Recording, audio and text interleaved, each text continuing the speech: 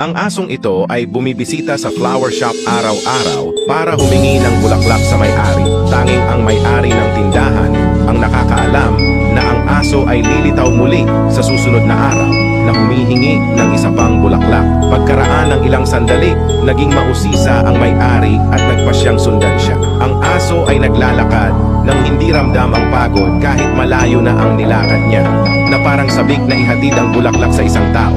Sa kalaunan, nakarating sila sa isang hindi inaasahang lugar, isang sementeryo.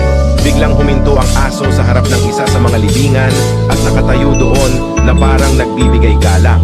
Ilang milya pala ang kanyang nilalakad araw-araw para lang makakuha ng bulaklak para sa kanyang may-ari na pumanaw na. Iniyuko ng aso ang kanyang ulo, nagpapahayag ng kanyang pananabik. Tunay, siya ay isang matino at matapat